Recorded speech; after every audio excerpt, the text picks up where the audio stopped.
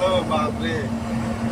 আজ আমরা 13 তারিখে ঘর থেকে লাপাতা, আজকে 20 তারিখ, বুঝতে পারছো তো। এত বৃষ্টিতে মানুষকে হয়রানি মানে বলার বাইরে, বলা যায় না, এটা কল্পনা করা যায় না। এত বৃষ্টি বাপরে। বৃষ্টিতে আমরা 7 দিন ধরে আসামে ছিলাম, আর আজকে বাড়ি ফিরছি।